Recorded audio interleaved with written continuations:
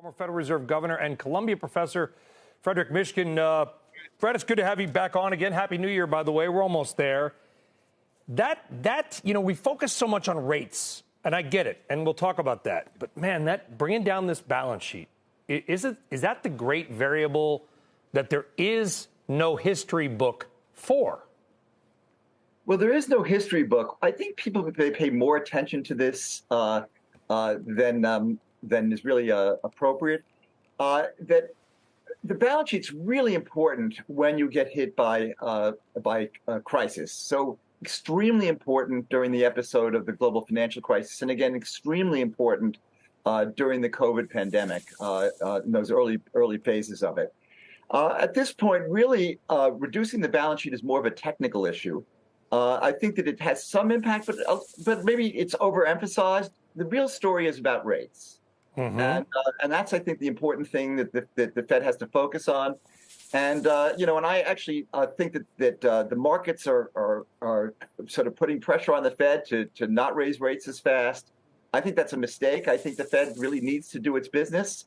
Much better for it to do it quickly and earlier, and then actually not have to raise rates as high as it otherwise would. So this is actually something that's very important. And we have some lessons here from the past, particularly during the Volcker disinflation, when the Fed raised rates and then actually backed off, and that was a huge mistake. So I tend to be one in the hawk camp right now, although actually 2 years ago I was actually in the dove camp. So things change. Well, they do change, and the Fed has changed. And last year, I hate saying dot plots, I'm sorry, the economic projections showed like 0.75% is what they expected. Now we're at 5% 1 year later.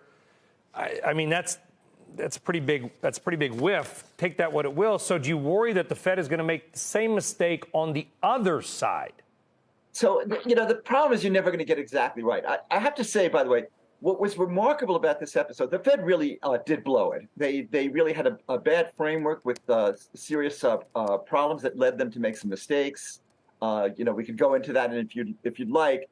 But what was really remarkable to me and very positive is that they actually took the supertanker, which usually the Fed's very slow to turn it around, and they really turned it around 180 degrees very, very rapidly. That was really key. My view is actually they needed to do that very fast. Mm-hmm. Inflation expectations were starting to move up.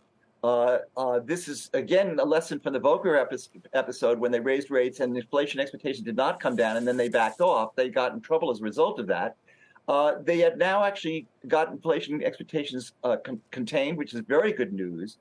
But actually, it's still important that mm-hmm. they actually balance the risk. Now, I actually take the view that if the Fed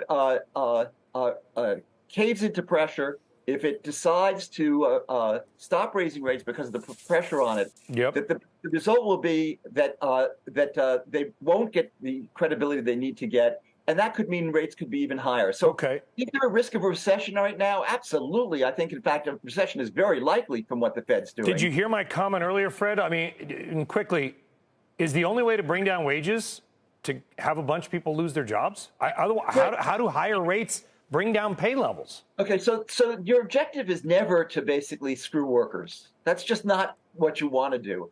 However, the reality is if you particularly get behind the curve, that you have to basically show that you're going to be serious about keeping inflation under control. And if it's required to slow down the economy a lot, that's something you have to do.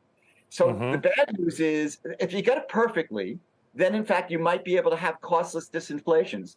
But I got to tell you, we've never ever seen that happen before. so yeah. In fact, economic theory says it could happen, but theory doesn't always accord with reality. The reality is that that inflation down tends to be costly. It's part of the price you pay, mm-hmm. but it's actually much better in the long run to do your business quickly rather than do what the Fed sometimes has done when they backed off and then they have to raise rates to astronomically high levels. Well, you're an economist.